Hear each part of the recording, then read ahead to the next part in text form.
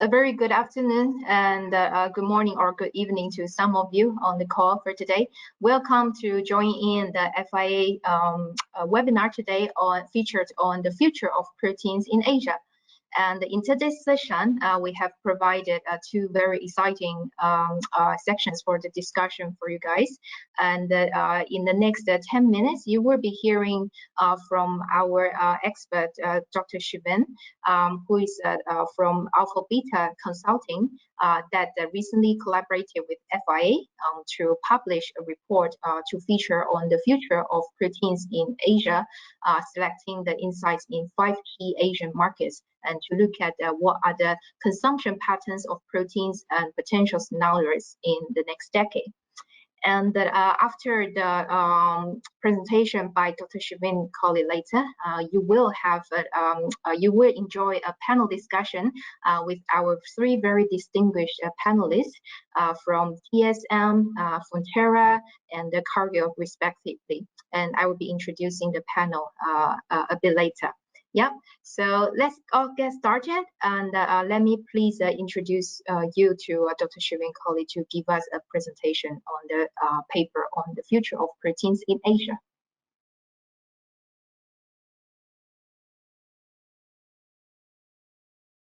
Thank you, Ifan. Just checking, can everyone see and hear me?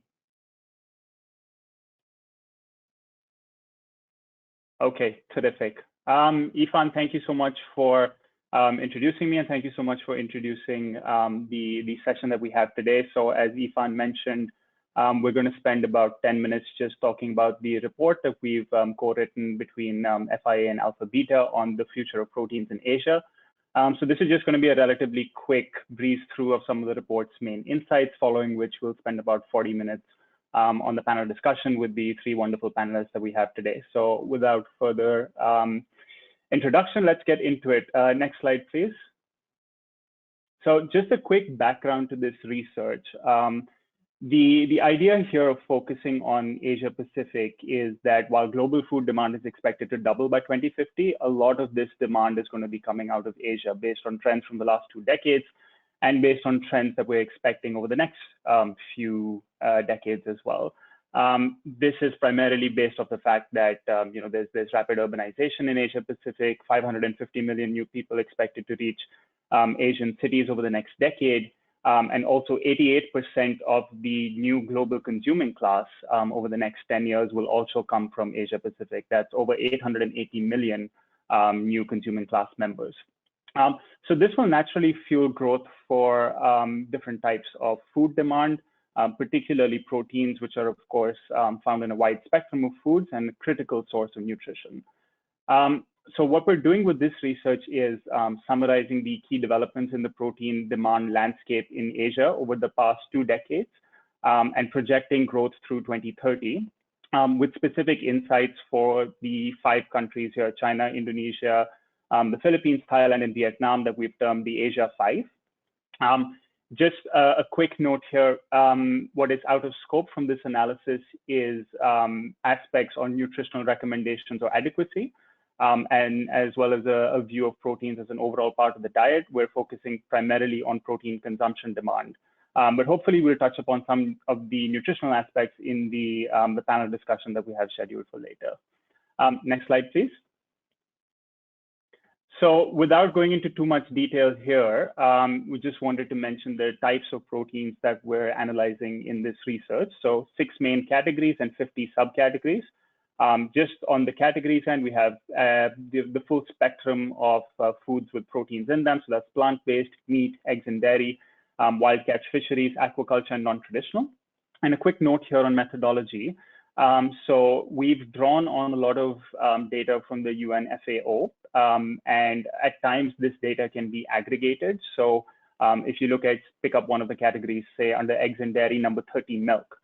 This also, by the way, includes cheese and other products that are associated with milk. So rest assured, we've captured all different types of proteins within this analysis. It's just how they've been structured with the data, which is how you're seeing them on the screen here. Next slide, please.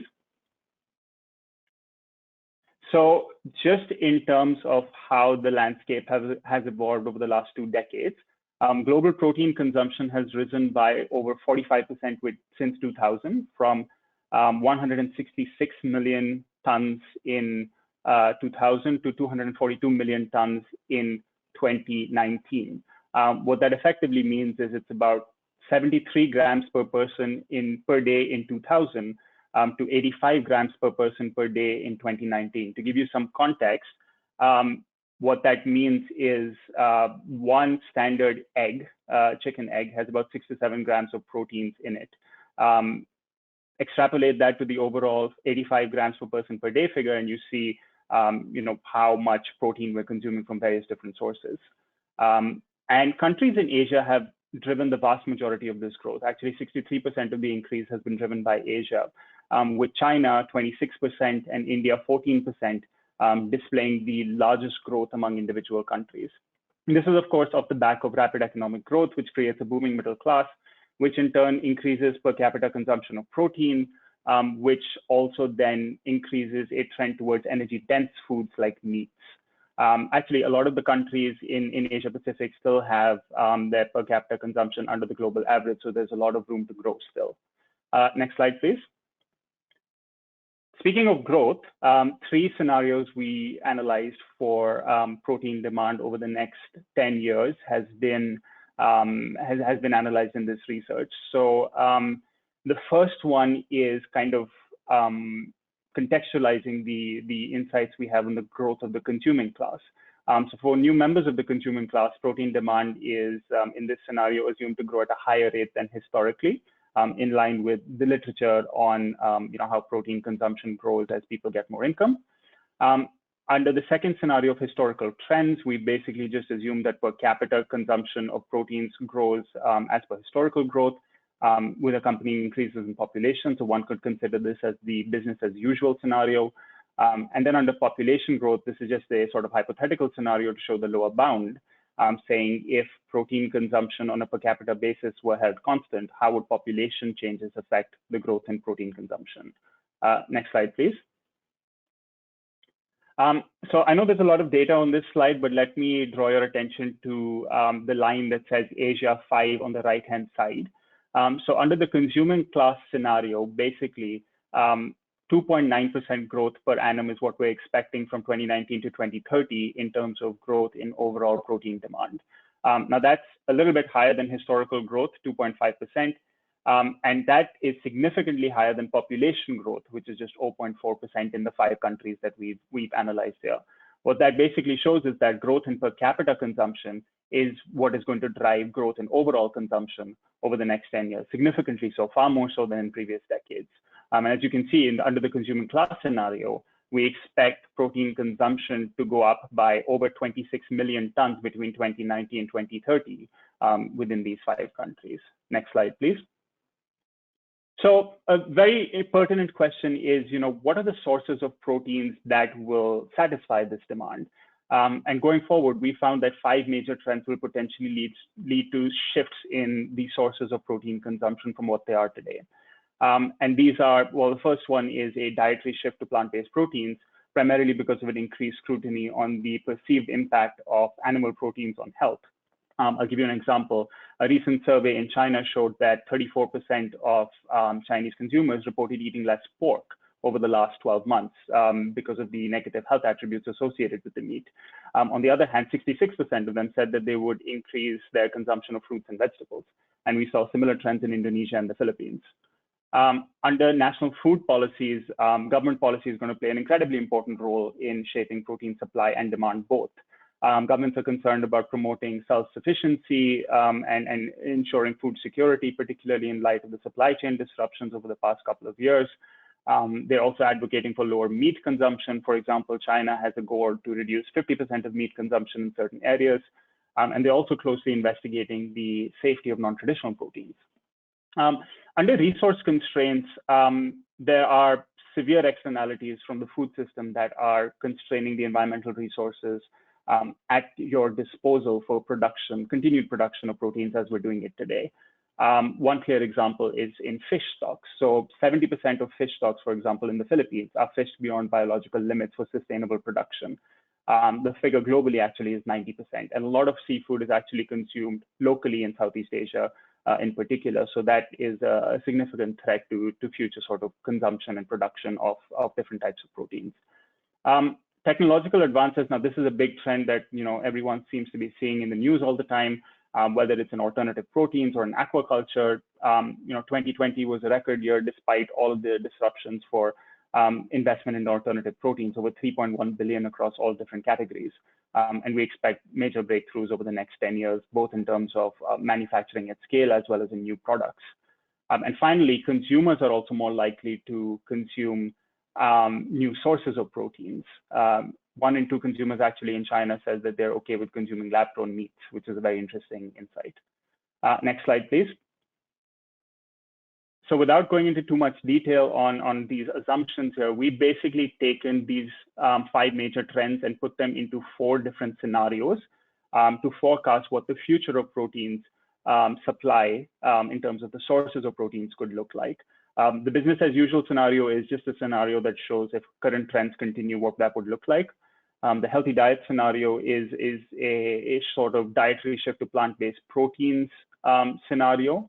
What would the consumption look like if that happened en masse?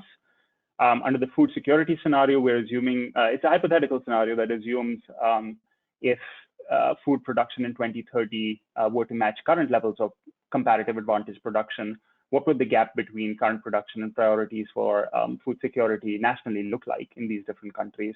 And finally, the resource constraint scenario, which takes into account environmental constraints, technological advances, and consumer acceptance of non-traditional products to say, if aquaculture and non-traditional proteins could substitute for meat consumption, what would the overall mix look like? Next slide, please. And here is effectively what those scenarios look like. Again, a bunch of data on this slide, but let me draw your attention to the column that says business as usual. So under business as usual, we expect plant-based proteins to dominate as we do in all other scenarios, but far less so than in the other scenarios that you can see in the columns on healthy diet, food security, and resource constraints. Under the healthy diet scenario, we expect plant-based proteins to go up significantly to 2/3 of the overall share of proteins consumed in Asia, in the Asia 5. Meat goes down significantly from the 2030 business as usual forecast, while the seafood categories remain relatively constant. Under food security, if countries were to sort of align their protein consumption with current levels of production, you'd have to see a massive shift towards plant-based proteins, or rather impossible shift towards plant-based proteins. But this kind of just illustrates what that gap currently looks like. And finally, under the resource constraint scenario, we see a similar sort of reduction in meats as we did in the other scenarios, but you see that being made up instead of by plant-based from the aquaculture side and the non-traditional side instead. Next slide, please. So without going into too much detail here, because we're going to have a section in the panel discussion on this as well, we've identified 5 key areas for multi-stakeholder action to help sort of navigate these upcoming challenges in the proteins landscape and understand the emerging protein opportunities better in Asia. And these 5 areas are health and nutrition, food safety, sustainability, food innovation, and consumer engagement. Health and nutrition in particular is one we're going to discuss a fair bit, particularly on understanding the nutritional benefits of proteins and other food groups better. Sustainability is another key one that we're going to be touching upon, as well as food innovation. And consumer engagement, of course, remains incredibly important given the differences between Asian consumers across different countries, sub-regions, age groups, income levels, and different dietary preferences and shifts in how these will change over the next 10 years. So I'll pause here and I'll hand back the time to Ifan for the next section. Thank you. Thank you very much, Shavin, for the very comprehensive introduction about the potential future scenario on how do we look at the future proteins consumption in the Asia 5 countries for the next decade. which looks into all types of the proteins. And for the audience here, if you are interested to read more details about this report, we will be sharing with you the full report just shortly after today's session, and you will receive that in your email.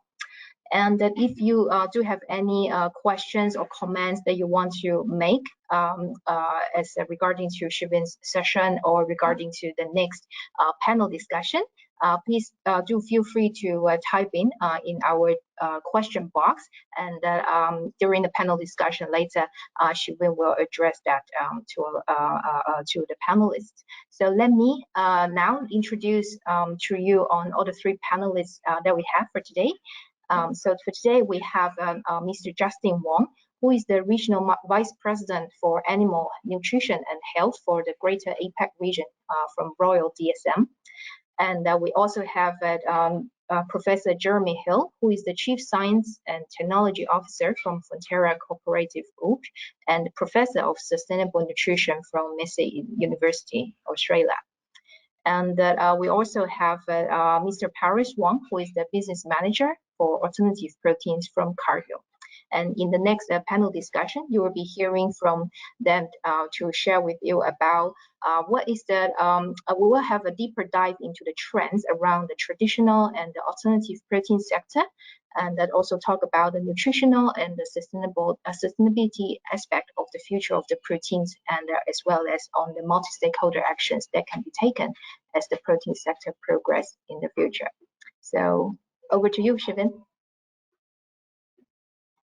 Thank you, Ifan, and thank you so much to the panelists also for joining this discussion. Looking forward to very rich set of insights from the esteemed industry leaders that we have here. So just for the benefit of the listeners, we're going to have a 40-minute panel discussion now. We're going to be covering about 5 topics, depending on how much time we have towards the end. We'll also have a session on questions and answers from the audience. But as Ifan mentioned, please feel free to send over your questions in the chat box below, and we'll direct them to the panelists as and how we can during the session as well.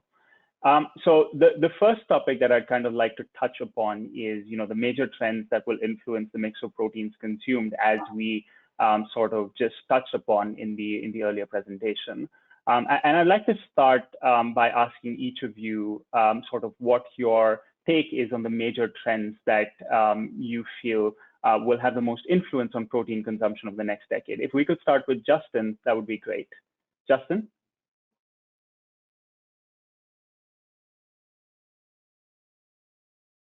Hello, good afternoon. Thank you, Shivin. Thank you all. So glad to be invited to join this webinar.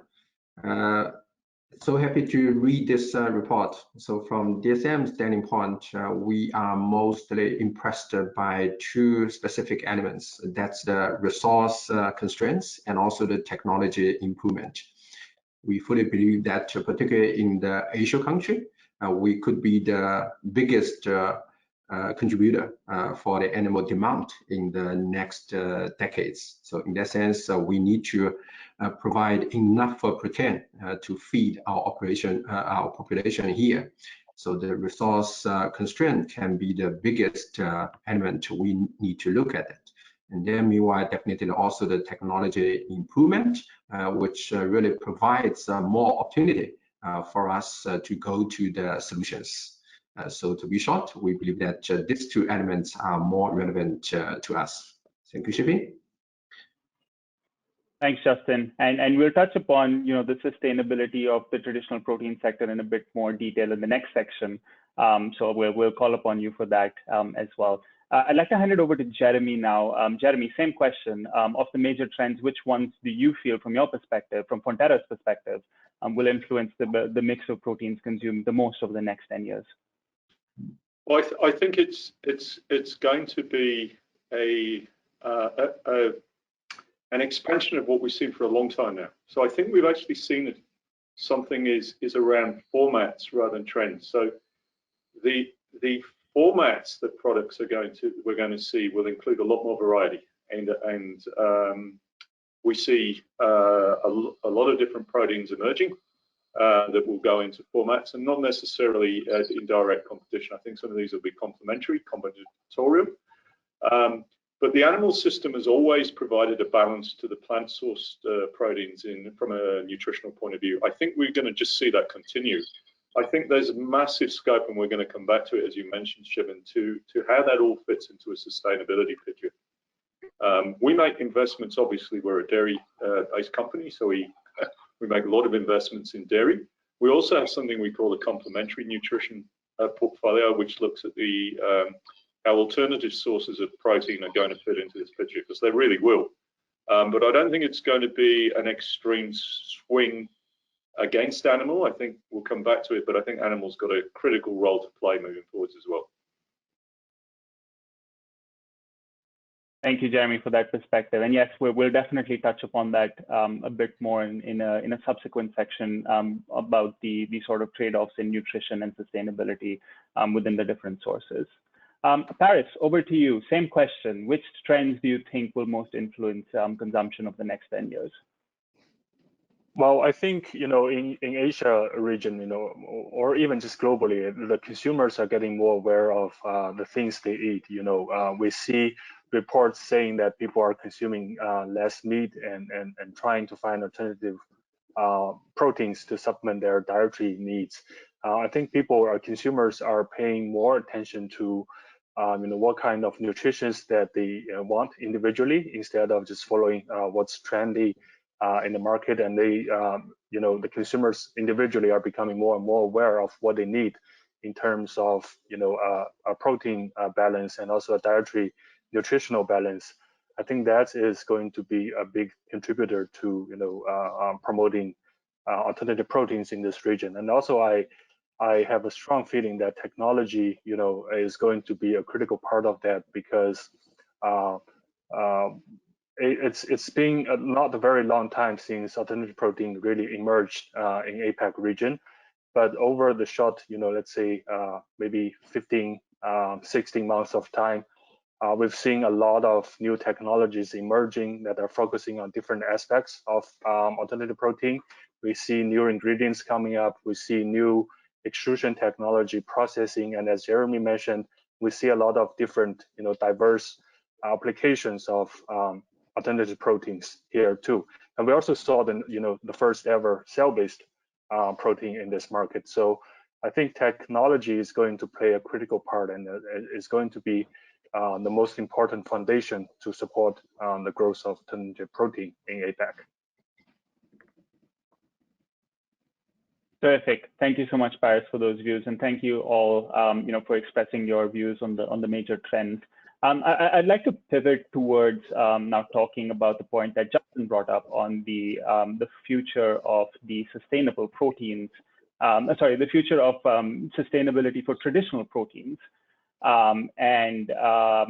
Justin, I suppose a good foray into this would be to ask you, from DSM's perspective, what do you think are some of the major pressures on the elements of the protein system, which may be a threat to sort of sustainability? Are there any specific pressures you think have more of an impact than others and should be focused on a bit more by the food industry? Yeah, thank you, Shivan. So for DSM, we have sustainability as our corporate strategy.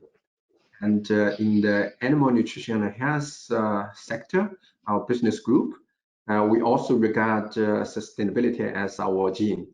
And based on that, right now we start this initiative called We Make It Possible. So at this platform, right now we are promoting 6 very important pillars. So for example, reducing the emission from this industry, because as we know quite well, for this animal industry, we are contributing about 1/4 of emission globally. So it's quite a big element over there. And then meanwhile, we're also taking many other efforts, try to reduce our dependence on marine resources, try our best to utilize the natural resources, and also try to tackle the problem of MR.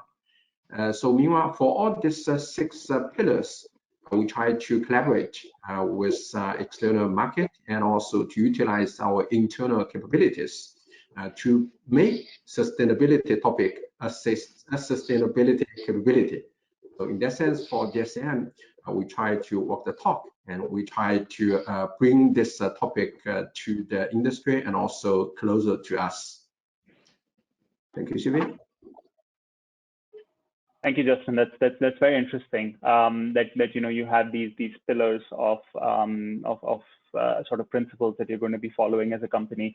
But let's try and get a bit more practical here. So let's ask you a question on what sort of changes in production tactics you're seeing on traditional proteins to be more sustainable. We keep seeing that pasture land expansion is a problem for deforestation. We see that runoff is an issue in agriculture all throughout.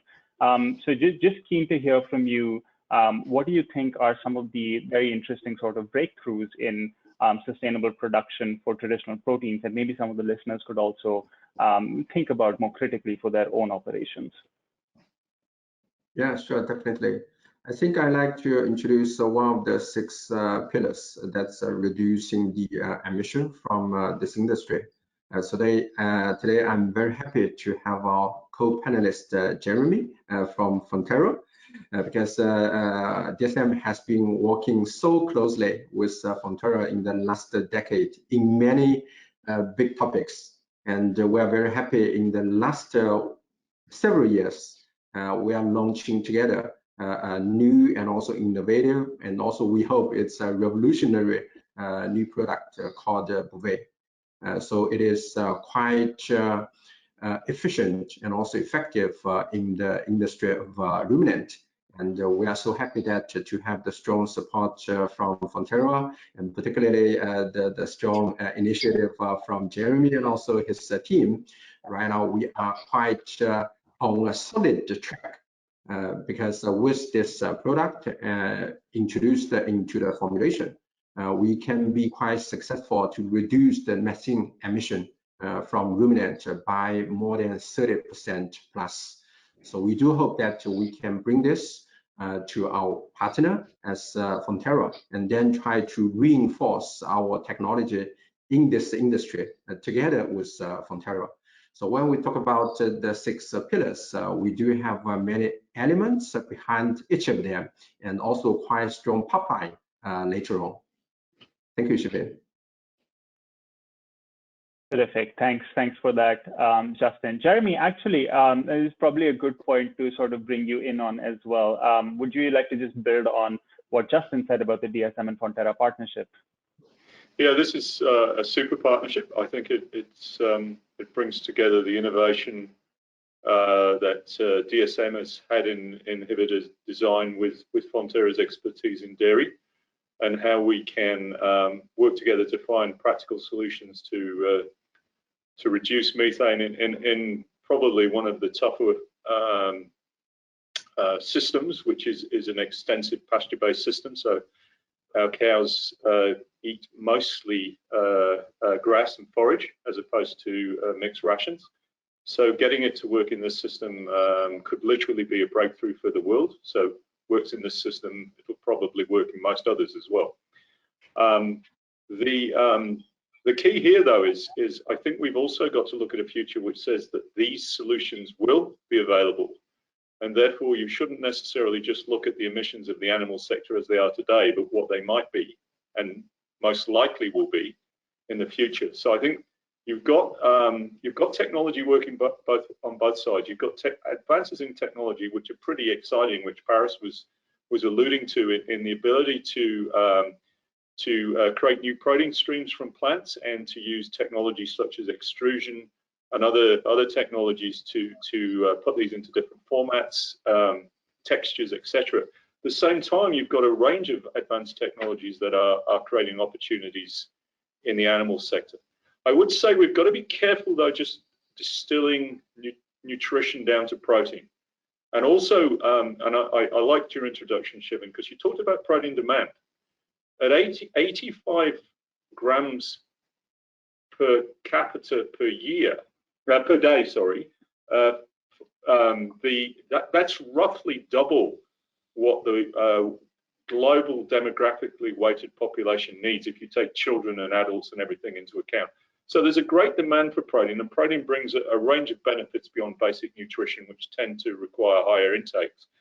But I think we've got to be careful that protein nutrition requirements don't get mixed with demand, nor the sources of those protein and the nutrients that come with that protein get confused with protein nutrition. So in the case of meat and dairy, you get a hell of a lot of nutrition outside of the protein.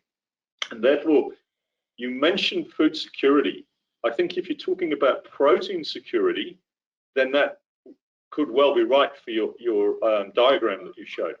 I would question, though, whether that applied to nutritional security overall. If you take the nutrients that tend to be not as prevalent or bioavailable from plant sources currently, and our understanding of how they may be available in formulated foods, which still needs a lot of work into account. So I think we just got to be a bit careful on that front. But coming back to my point, I think it's going to be a mix, and that's why I think if you tended to look at this as complementary rather than a substitute-based play entirely, then I think there's a real opportunity to do everything far more sustainably and perhaps in a more closed, integrated way. But I think it would be, it may, if you looked at overall nutrition, not be such an extreme view on protein and meat reductions that you showed in your nutritional security, which I would argue is really a protein security view based on demand as opposed to need. Thank you. Gotcha. Thank you, Jeremy. And yeah, I'm happy to sort of go into the third topic area here, since we started on this on nutritional and sustainability and what the trade-offs are between these different factors. So Jeremy, I'd like to bring you back in here again. So the question really is here, and it would be great if you could bring in some of the work that the Reddit Institute does on nutrition research on how do we really think about balancing the nutritional concerns of the proteins we consume with their sustainability. There's several research out there that says the industry needs to find a path to net zero. Is that possible? Is that even the right sort of target we need to reach? And how do we sort of balance the food groups from which we draw proteins in that sort of mix? Yeah, look, I think the first thing I would say is that we should try to find a path to net zero for the food production system, and within it, the various elements. We actually need a path to net zero for the planet and all human activity. So at the end of the day, though, providing the minimum requirements of all of the key nutrients that we require is core to sustainability. Without that, you don't have sustainability. So I think looking at a holistic nutritional perspective, which is what we've done with our modeling at the Reddit, and said, what's the minimum requirement for all the nutrients that the world has for the global population? Then you start to see a slightly different picture emerge than looking at individual diets or individual countries. And so what we've found is that you've got to be very careful with the extreme views about the animal system when you take all nutrients into account. So just sharing some data with you around dairy. So dairy is about 7 to 8% of the global biomass that leaves the world's plants and oceans that enters the global food system. Right, so it's about 7 to 8% in that region. At the point of consumption, milk and dairy products, so produced from that 7 to 8% of the food biomass, you get 49% of the world's calcium that's consumed. You get 24% of the B2, 22% of the B12, 18% of the essential amino acids, and that's the key point. Protein is really just a delivery system for the nutrients, which are the amino acids. 15% of vitamin A and 12% of that overall protein, and I could go on to lower percentages. That is for 2 to 3% of global emissions, right? So it's not trivial, but it's a hell of a lot of nutrition for those emissions. Moreover, we know there's huge variations. So in New Zealand, we're already efficient, and the global average is around 2 to 3 kilos of CO2 equivalent per liter of fat and protein adjusted milk. We can do it at less than 1. With Bovaer, we may be able to do it at considerably less than 1, and potentially other solutions that could be additive to this. Then you start to look at a lot of nutrition for perhaps an acceptable footprint, which we should always try and be driving to zero, of course. But at the end of the day, we've got to feed the world. Thank you. Thanks, Jeremy, and that's very interesting perspective. I think one of the gaps sort of in the research that we have right now is exactly the kind of work that you've described, which is how do we build a proper sort of nutrient profile from the foods we consume while balancing that sustainability act. But from what you've mentioned here, what it sounds like is that we need to move towards, instead of like an animal reduced system, more like an animal optimized system. Of how we're getting animal-based proteins to everyone. I like the point that you mentioned there that we're probably consuming double on a global average basis of the proteins we should be consuming nutritionally recommended. So my question is, like, how do we optimize that supply chain? Particularly thinking about countries like Indonesia, Vietnam, and the Philippines in this region, where the consumption still lags the global average. How do we sort of optimize global supply chains to make sure that these regions are also catered to? Mm-hmm. Well, I'll just give you another figure. So this is a really important one. So I talked about the percentage biomass. So currently, the total biomass that leaves the world's farms and oceans that enters the food chain is around 10.7 billion tons of food biomass. The plant-based part of that is 9.1, nearly 9.2. So the animals only around 1.5 in total of your biomass. At the point of consumption, 75% of what we consume is of plant-based origin. 25% is animal. But if you look at the losses in the system, the losses in the plant-based system are huge in comparison. So I think plant-based diets are the basis of nutrition should be plant-based and animal optimized. Absolutely. And therefore, what is the right level of plant-based and animal optimized? And how do we use our technologies, the advanced technologies, to get different formats to optimize that, technologies to reduce footprints to optimize that, and a better integration of the two systems in order to make sure that we're getting the most optimum nutrient flows from waste streams and so on. I think that's part of the solution. I get a bit disappointed with the rather extreme views of it's got to be all technology or it's all got to be plant-based protein and so on. Our modeling shows that that's probably going to be nigh on impossible to work. But we do need a radical change, but it's a radical change not completely to the system, but how that system operates, I think, and more optimized that way will be my view. I'd be interested in Paris's and Justin's views on that. Thank you, Jeremy. Yeah. And maybe Justin, if you could come in for maybe 1 minute in this segment. We have like just about 1 minute left, and I'd like to pivot over to Paris's side to represent sort of the alternative protein side, or the the tech breakthrough side on that end. So Justin first, and then Paris will come to you. Okay, a very short note here. Thanks, Jeremy. I think we need to make in a very balanced way instead of one opposite to the other. When we talk about sustainability, we should never rely on one or the other.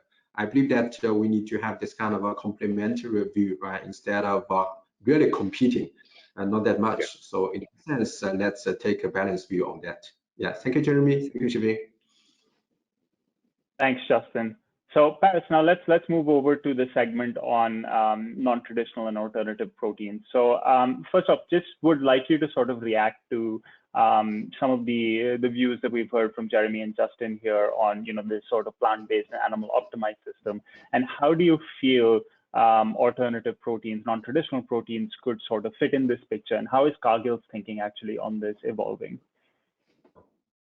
Yeah, thanks, Shivin. I think it's a Cargill has a pretty diverse footprint in the agriculture and protein industry specifically, and we realize that no protein is perfect in terms of bringing nutrition to the people or helping protecting the environment. Each protein category would have its trade-offs in those areas. So I fully agree with Jeremy. It's about bringing that balance to the consumers. And what really what's really relative to us is that, you know, when we think about consumer needs and how they look for a balanced nutrition, they're looking for something, you know, that is complementary to the traditional, you know, animal protein and the, you know, vegetable source of the nutritions. And where I think alternative protein plays is, you know, to bring that, you know, to give people that, you know, additional option when they are looking for that balanced nutrition. You know, it's from a nutritional point of view, but also from a taste and texture and the flavor point of view. You know, so I think alternative protein is a good supplement to the overall protein portfolio. And again, I just want to emphasize, you know, for alternative protein, I don't think anybody is aiming to replace the meat, you know, consumption. It is just an additional option. And with the, you know, technology that is good enough to support the end solution or end product, I think, you know, alternative protein, you know, itself is going to evolve into, you know, better serving that purpose. And also, you know, it will give people that additional choice of protein. Thanks, Paris. Interesting perspective there also that you know, seems to align with what Jeremy and Justin have said. But maybe a couple of follow-ups on what you've mentioned. So the first one is really on the role of alternative proteins in the Asia 5 countries that we've talked about: China, Indonesia, Vietnam, Philippines, and Thailand. So question here would be, how positive are you on you know, the growth of alternative proteins and non-traditional proteins in these countries? Have there been any bets that Cargill has made that you could you know, maybe talk about a bit more in detail in these specific markets? I think that would be question one, and then we'll get to the other one after this. Yes, for, you know, Cargill has made investment in alternative protein. Aside with our overall protein portfolio, Cargill is investing, making a big investment in the Asia Pac regions, and will continue to do that because for Cargill, APAC is a great growth potential market, and we have a pretty strong footprint in this region too. We actually set up a production line in China back in 2019. And we've been providing plant-based products to multiple customers from multiple channels. And we've got pretty positive feedback from those customers. And we will continue to bring new products with new technologies, new applications. But in the meantime, we're also, you know, actively engaging with our customers to collect their feedback, because this is a new category of food. And it is important for us to stay close with our customers and also with our consumers. We are, for APAC region, our strategy is to fully utilize our protein footprint in China and in Southeast Asia too. We have manufacturing facilities in China, Thailand, Philippines, and Indonesia, and those will serve as a good manufacturing base to cover the APAC regions. So for us, just a very simple number that would kind of self-explain how we think the market potential is. I think for Cargill, we estimate that the alternative protein size is going to be $3.1 billion for China only by 2030. And you know, if we taking other markets in this region, I think that is a pretty big number and a pretty attractive number for alternative protein. So we're staying optimistic, but you know, as a new category, the problem, or not the problem, but I think the characteristic of any new product or new concept is that it's going to evolve very fast at the beginning. So we will be having a very close eye with, you know, within Cargill to search for new solutions, and also, you know, keep an eye out for any external, you know, innovation opportunities that Cargill can leverage to further develop alternative protein in the region. Wonderful. Thanks, Paris, for that background. And here's maybe a question that a lot of the consumers in this room are probably thinking about. We've seen a lot of products hit the shelves recently. We've seen, particularly in Asia, we've seen things like Omni Pork. We've seen,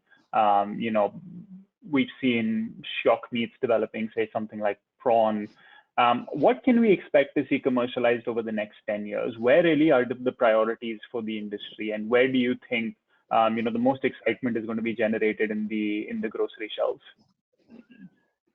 I think the sky's the limit in terms of applications for alternative proteins. As I said, the technologies is evolving very fast, and we see a lot of different companies that are specialized in certain paths for alternative protein, and we've already seen pretty creative products on the shelves, and we are aware that there are companies that are working on alternative protein seafood. I think to Asia Pacific region, I think taste and texture is going to be the key element in terms of how the end products would look like, because again, we've been talking about a lot of other attributes of alternative proteins. We've been talking about nutrition, sustainability, but when it comes to consumer, when it comes to making their choice of daily consumptions, they would always go to whatever that tastes better. So I dare not make a suspicion for what's going to happen in 10 years time, but I think in the near term, in the next 1 to 3 years, that's going to be the center of focus when it comes to R&D for alternative protein. Excellent. Thanks, Paris. That's very useful, and I'm sure everyone will be watching the grocery aisles to see what comes in next. So let's pivot to the last topic of discussion for the webinar, and I'd like to bring in all of you in turn for this part, and that's on the sort of multi-stakeholder actions that are needed to sort of realize this sort of proteins dream in the landscape of moving towards different sources, moving towards sustainability, and so on. So Paris, I'll get back to you again as a first question. As the first panelist to answer this question, which is where do you think multi-stakeholder collaboration is needed the most? Maybe talking about some of the 5 areas that we mentioned. Health, sustainability, consumer engagement, technology, and so on. And who are the key actors you think will support you in this journey, and how do you think they can get involved? Yeah, I don't want to take all of the rest of the time, because those are really big topics for collaboration. I would just want to emphasize on one, which is consumer education and consumer awareness. I think that's pretty important because, as I said, it is a new category and people have a lot of questions. I would often say to my colleague that we have more questions than answers right now, and that's also the case for the consumers. I think in order for us to grow this category and sustain it in the long term, it's important that we stay close to consumers and really provide what consumer needs. I think they are not just looking for things are trendy. They probably were at the beginning, but it's not going to sustain their long-term, repeat purchase. What's driving that is, really matters. What really matters to them. I think Jeremy has talked a lot about nutritional balance. I think that's important, and I think alternative protein, plant-based at the moment, is a good supplement for that. And also, what else does it bring that really resonates with our consumers? What specific health benefits, nutritional benefits that plant-based is going to offer to you on top of other proteins that you are consuming. And I think we need to send a consistent and clear message to the consumers so that the overall acceptance from the market would keep growing, and that would allow us the alternative protein to growing a long way. Thanks, Paris. Very, very interesting there. Jeremy, over to you. Same question. Where do you think multi-stakeholder collaboration will be the most valuable? Well, clearly, I think Paris has hit the nail on the head. You've got to start with the consumer anyway, and meet their evolving needs and their evolving understanding of the benefits that they're getting from food. You know, so you're going to get, I mean, consumers today have access to so much information, and influencers. You know, so let's not forget the influencers out there that are influencing choice that consumers make. So I think that's important. You've got then the policy and regulatory environment that's going to impact in this space, and how you bring that in a sensible way that sort of creates that more foodtopia vision of the world that we were talking about. And then you've got these technology partnerships, and you know, again, we're very pleased to have this partnership with DSM. But I think you're going to see something very similar to the pharma industry, where you're going to get the bigger players partnering with more agile startups for technology. We're going to probably see a lot more of that. You're already seeing it today, actually. It happened with pharma before food, really, and now I think you're going to see it in food become very prevalent. So I think that's an important part of the ecosystem. So big technology-based plays becomes important. That engagement with policy and regulatory, and don't forget the consumer, as Barry said. That's ultimately the person reaching into their pocket is king. Thanks, Jeremy. And Justin, over to you for the last word. Thank you, Shavin. I think for DSM as a player in the traditional protein market, we try to marry two elements together. That is health and nutrition, and also with sustainability. And we try to take a phased approach to address this topic. First step is to talk about products. So as Jeremy also mentioned that, we are working on the new product called Buvan. And right now, we are even go one step further. We try to collaborate with our partners in the very early stage of innovation, so that we can start from the very beginning to listen to the market demand and try to bring that in that kind of a project management. So in that way, we can work quite closely on the product innovation.